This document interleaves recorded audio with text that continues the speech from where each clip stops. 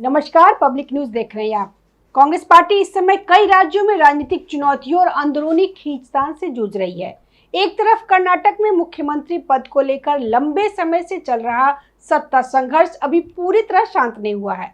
वहीं दूसरी तरफ राजस्थान में भी कांग्रेस के भीतर गुटबाजी की खबरें लगातार सामने आ रही है। ऐसे माहौल में राहुल गांधी का अचानक राजस्थान दौरे पर पहुंचना राजनीतिक गलियारों में चर्चा का विषय बन गया है। राहुल गांधी अजमेर और पुष्कर में आयोजित कांग्रेस के राष्ट्रीय चिंतन शिविर में शामिल हुए, जहां उन्होंने संगठन से जुड़े पदाधिकारियों और जिला अध्यक्षों के साथ बंद कमरे में बैठक की। आधिकारिक तौर पर इसे संगठनात्मक प्रशिक्षण कार्यक्रम बताया जा रहा है, लेकिन इसके पीछे केवल प्रशिक्षण का उद्देश्य नहीं है। यह कांग्रेस के भीतर बढ़ती असंतुष्टि और गुटबाजी को नियंत्रित करने की एक बड़ी कोशिश भी हो सकती है। सबसे बड़ा सवाल यही है कि आखिर राहुल गांधी को ऐसे समय में राजस्थान आने की जरूरत क्यों पड़ी, जब कर्नाटक में सत्ता हस्तांतरण की प्रक्रिया चल रही है और पार्टी नेतृत्व पूरी तरह उसी में व्यस्त दिखाई दे रहा है। राजस्थान कांग्रेस लंबे समय से कई गुटों में बटी हुई दिखाई देती है। राजस्थान में जो अभी चल रहा है, इनको लगने लगा है कि 4 गुटों में राजस्थान की कांग्रेस बट गई है। अब जिला अध्यक्ष से ट्रेनिंग देने गए हैं या उन्हें ट्रेनिंग देने गए हैं, यह तो राहुल गांधी जब निकलते हैं तो उसके बाद ही पता चलता है, क्योंकि जब जब ये जिला अध्यक्षों की ट्रेनिंग में गए, चाहे हरियाणा में गए हो, मध्य प्रदेश में गए हो या फिर गुजरात में गए हो, हर जगह राहुल गांधी के साथ विवाद पहुंचता है। उनको रिसीव करने के लिए साथ में आए थे अशोक गहलोत, उसके बाद डोटसारा भी आए जो प्रदेश अध्यक्ष है, लेकिन सचिन पायलट वहां पे दिखाई नहीं पड़े। सचिन पायलट के बारे में कोई जानकारी नहीं मिली कि वो इसमें शामिल है या नहीं। प्रदेश का संगठन वो संभाल रहे थे और पिछले चुनाव में भी उन्होंने ही प्रदेश संगठन को मजबूत किया था, लेकिन फिर भी अशोक गहलोत जब से एक्टिव हुए, सचिन पायलट थोड़े से इनएक्टिव हो गए और अब फिर से चुनाव की तैयारी राजस्थान में चल रही है। तो ये 4 गुटों में जो कांग्रेस बटी है, वहां प्रदेश अध्यक्ष का गुट अलग है, वहां के नेता प्रतिपक्ष का गुट अलग है और अशोक गहलोत का गुट अलग है। अब पायलट का गुट अलग है, तो ये जो गुटबाजी चल रही थी उसको मीडिया के सामने राहुल गांधी को ये बताना था कि यहाँ सब कुछ बेहतर चल रहा है और उसके अंतर्कलह को सामने आने से पहले ही कुछ व्यवस्था ऐसी कर दी जाए जिसमें सारे गुट एक साथ एक दूसरे के साथ बैठने को मजबूर हो जाए। लेकिन राहुल गांधी जैसे वहां एयरपोर्ट पे उतरे, वहां पर ही सीधे दिखाई पड़ने लगे कि नहीं, यह गुटबाजी खत्म नहीं हुई है, बल्कि राहुल गांधी के कारण और बढ़ जाएगी। अशोक गहलोत के साथ आपके बेहतर संबंध है और पिछले 7 सालों से सचिन पायलट के साथ आपके संबंध थोड़े तनावपूर्ण रहे हैं। प्रियंका वाड्रा इनको किसी तरीके से समझा बुझाकर पार्टी में बनाई हुई है, लेकिन जब चुनाव से पहले अशोक गहलोत फिर से एक्टिव होंगे तो फिर पायलट को तो यह लगेगा कि अभी कुछ समय पहले जब पिछली बार सरकार इनकी बनी थी तो उस समय भी अशोक गहलोत दिल्ली से राजस्थान आकर एक्टिव हुए और उसके बाद फिर दिल्ली आने का निमंत्रण ही रिजेक्ट कर दिया। लेकिन फिर जब चुनाव का समय आ रहा है तो अशोक गहलोत ज्यादा एक्टिव हो गए हैं, जबकि पिछली बार ही उन्होंने कहा था कि अब लगभग एक्टिव पॉलिटिक्स से हम बाहर हो जाएंगे, एक्टिव पॉलिटिक्स नहीं करेंगे, इसीलिए यह मुख्यमंत्री के तौर पे मेरा लास्ट चांस है। लेकिन अगर और चांस बनाना है तो फिर सचिन पायलट के लिए तो आगे का रास्ता बंद हो जाएगा। तो इसीलिए राहुल गांधी को लगा कि यह विवाद सतह पे आए, इससे पहले संगठन के साथ बातचीत करे और खुद जाना पड़ेगा, क्योंकि दूसरे लोगों की कोई औकात नहीं है। राहुल गांधी के सामने सबसे बड़ी चुनौती यह है कि वे पार्टी के विभिन्न गुटों को एक मंच पर कैसे लेकर आए। कांग्रेस में लंबे समय से यह शिकायत रही है कि संगठनात्मक ढांचा कमजोर होता जा रहा है और फैसले कुछ नेताओं तक सीमित होकर रह गए हैं। ऐसे में राहुल गांधी जिला अध्यक्षों और स्थानीय नेताओं के साथ सीधे सीधे संवाद कर संगठन को मजबूत करने की कोशिश कर रहे हैं। हालांकि कांग्रेस में नेतृत्व की समस्या केवल प्रशिक्षण कार्यक्रमों से हल नहीं होगी। जब तक शीर्ष स्तर पर स्पष्ट निर्णय और मजबूत संगठनात्मक व्यवस्था नहीं बनेगी, तब तक गुटबाजी समाप्त होना मुश्किल है। राजस्थान के साथ साथ कांग्रेस की सबसे बड़ी चिंता इस समय कर्नाटक है। राज्य में नेतृत्व परिवर्तन का फैसला हो चुका है और 3 जून को डीके शिव कुमार मुख्यमंत्री पद की शपथ लेने वाले हैं। लेकिन मुख्यमंत्री बदलने का फैसला जितना आसान दिखाई देता है, वास्तविकता उतनी सरल नहीं है। सिद्धारमैया ने मुख्यमंत्री पद छोड़ दिया है, लेकिन उनके समर्थकों का प्रभाव अब भी पार्टी और सरकार में बना हुआ है। सिद्धारमैया हर दिन कर्नाटक में एक नया विवाद पैदा कर रहे हैं।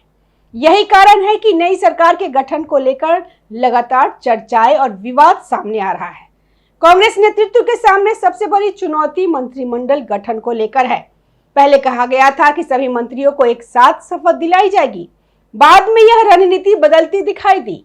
अब चर्चा है कि पहले चरण में कुछ मंत्रियों को शामिल किया जाएगा और बाकी को बाद में अवसर दिया जाएगा। तो जब तक राज्यसभा का चुनाव संपन्न नहीं हो जाता, तब तक कुछ लोगों को मंत्री बनाओ और आगे सबके अंदर संभावना बनाए रखो कि नहीं आपका भी नंबर आ सकता है, आप भी मंत्री बन सकते हो। तो इसके लिए जो समस्याएं पैदा हुई वो उसी दिन से जब विधायक दल की बैठक बुलाई गई। विधायकों की बैठक में सिद्धारमैया को पेश करना था एक रेजुलेशन का मतलब ही था कि आप बताएंगे विधायकों की हमने इस्तीफा दे दिया, अब डीके शिव कुमार हमारी जगह लेंगे। लेकिन रेजुलेशन में उन्होंने लिखवाया क्या कि हमने हाईकमान के कहने पर इस्तीफा दिया है और आगे जो नेता आपके चुने जाएंगे वो भी फैसला हाईकमान लेंगे। सेंट्रल लीडरशिप इसकी जिम्मेदारी लेती है और इसका फैसला करेगी कि आगे कर्नाटक विधानसभा यानी विधायक दल का नेता कौन होगा और चीफ मिनिस्टर कौन बनेगा। जयराम रमेश भी थे, केशव वेणुगोपाल भी थे और रणदीप सुरजेवाला भी थे। इन 3 लोगों का सेंट्रल लीडरशिप बताया और 3 लोगों के हवाले छोड़ दिया। शांति से वो एक मामले में डीके शिव कुमार की शपथ को लटका रहे हैं और आगे इनकी सरकार के लिए समस्या पैदा कर रहे हैं। फिर उसके बाद जब वो दिल्ली आए तो दिल्ली आने के बाद अपने बेटे को साथ लेकर आए, बेटे को राहुल गांधी से मुलाकात करवाई। कर्नाटक में विवाद छिड़ा कि आखिर जब यह कैबिनेट से बाहर हो रहे हैं तो अपने बेटे को इंट्रोड्यूस करवाने की क्या जरूरत थी। यानी आप बेटे को कैबिनेट में चाहते हो और अगर कैबिनेट मिनिस्टर बनता है आपका बेटा तो फिर डीके शिव कुमार की परेशानी यही है कि जब चीफ मिनिस्टर के पास कैबिनेट पर होल्ड नहीं रहेगा तो आप आगे काम कैसे कर पाओगे। तो इसीलिए यतींद्र को सिद्धारमैया चाहते हैं कि कैबिनेट में जगह मिले और उसके बाद मंत्री बनने के बाद इनके जो पुराने वफादार मिनिस्टर रहे हैं वो इनके इर्द गिर्द यानी यतींद्र के इर्द गिर्द एक गुट बनाएंगे और फिर उस गुट का दबाव सीधे डीके शिव कुमार के ऊपर रहेगा। तो इसके लिए कैबिनेट में चर्चा होनी बंद हो गई। फिर इन्होंने क्या किया, अभी जो वोकालीगा और लिंगायत के बीच थोड़े से ठीक ठाक स्थिति पैदा हुई है, क्योंकि वोकालीगा लीडर है डीके शिव कुमार, तो इन्होंने ओबीसी कार्ड खेलना शुरू कर दिया। दिल्ली आज भी आने वाले हैं, कैबिनेट पे चर्चा की बात हो रही है। लेकिन जब दिल्ली आप आने वाले हो सिद्धारमैया और डीके शिव कुमार दोनों, तो उससे पहले सिद्धारमैया के पास ये 25-25 ओबीसी वर्ग के संत अलग अलग मठों के वे मुलाकात करने जाते हैं और दबाव बनाते हैं, क्योंकि वो आउटगोइंग चीफ मिनिस्टर है। अब इनको अगर मुलाकात करनी थी तो डीके शिव कुमार से करना चाहिए था, क्योंकि नेक्स्ट चीफ मिनिस्टर वो होंगे। 3 तारीख को शपथ लेंगे। डीके शिव कुमार के बदले सिद्धारमैया से बातचीत करके उन्होंने एक मैसेज दे दिया कि ओबीसी के लीडर तो अभी भी सिद्धारमैया है, वो जिसके साथ कहेंगे हम लोग उसके साथ जाने के लिए तैयार है। अब ये सारा जो पेच फंसा हुआ है, सेंट्रल लीडरशिप इस बात के लिए परेशान है कि सिद्धारमैया चुप बैठने वाले नहीं है। वो कैबिनेट से जाएंगे, दिल्ली नहीं आएंगे, कर्नाटक की राजनीति करेंगे, अपने बेटे को कैबिनेट में जगह दिलवाएंगे और उसके बाद डीके शिव कुमार के लिए हर दिन कोई ना कोई परेशानी क्रिएट करेंगे। तो चुनाव के लिए जो हमने गुटबाजी रोकने की कोशिश की, यह गुटबाजी तो और तेजी से बढ़ गई। तो जो पेच फंसाया है सिद्धारमैया में, लगता नहीं है कि सिद्धारमैया के रहते हुए जो कर्नाटक में अगर राजनीति करते रहे तो डीके शिव कुमार सही तरीके से चीफ मिनिस्टरशिप में अपना काम कर पाएंगे और ना ही राहुल गांधी का जो ये एजेंडा था कि नहीं अगले कर्नाटक का चुनाव जीती और फिर लोकसभा चुनाव में कर्नाटक में 20+ सीटें लाए।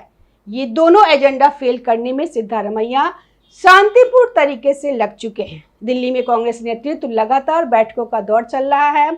राहुल गांधी, मल्लिकार्जुन खड़गे, केसी वेणुगोपाल और अन्य वरिष्ठ नेता स्थिति पर नजर बनाए हुए हैं। उनकी सबसे बड़ी चिंता यह है कि नेतृत्व परिवर्तन के बाद पार्टी के भीतर नया सत्ता संघर्ष शुरू न हो जाए। यदि कर्नाटक में अस्थिरता बढ़ती है तो इसका असर राष्ट्रीय राजनीति पर भी पड़ सकता है। कांग्रेस 2029 के लोकसभा चुनाव को ध्यान में रखते हुए दक्षिण भारत में अपनी मजबूत स्थिति बनाए रखना चाहती है। दिलचस्प बात यह है कि राजस्थान और कर्नाटक दोनों राज्यों में कांग्रेस लगभग एक जैसी समस्या से जूझ रही है। दोनों जगह मजबूत क्षेत्रीय नेता मौजूद है। दोनों जगह गुटबाजी की शिकायतें हैं। दोनों राज्यों में नेतृत्व को लेकर असंतोष की खबरें आती रहती है। यही कारण है कि राहुल गांधी का राजस्थान दौरा केवल एक राज्य तक सीमित घटना नहीं माना जा रहा। इसे कांग्रेस संगठन को फिर से एकजुट करने की व्यापक रणनीति के रूप में देखा जा रहा है। राहुल गांधी लगातार संगठन को मजबूत करने और पार्टी नेताओं के साथ संवाद बढ़ाने की कोशिश कर रहे हैं, लेकिन उनके सामने चुनौती केवल विपक्षी दलों से मुकाबला करने की नहीं, बल्कि पार्टी के भीतर मौजूद असंतोष को भी नियंत्रित करने की है। राजस्थान में सचिन पायलट और अशोक गहलोत के समर्थकों को साथ लाना आसान नहीं होगा। वहीं कर्नाटक में सिद्धारमैया और डीके शिव कुमार के बीच संतुलन बनाए रखना भी बड़ी चुनौती साबित हो सकता है।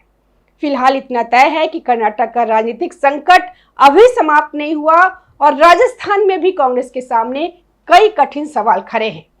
राहुल गांधी की रणनीति कितनी कारगर साबित होती है, इस पर पूरे देश की राजनीतिक नजरें टिकी हुई है।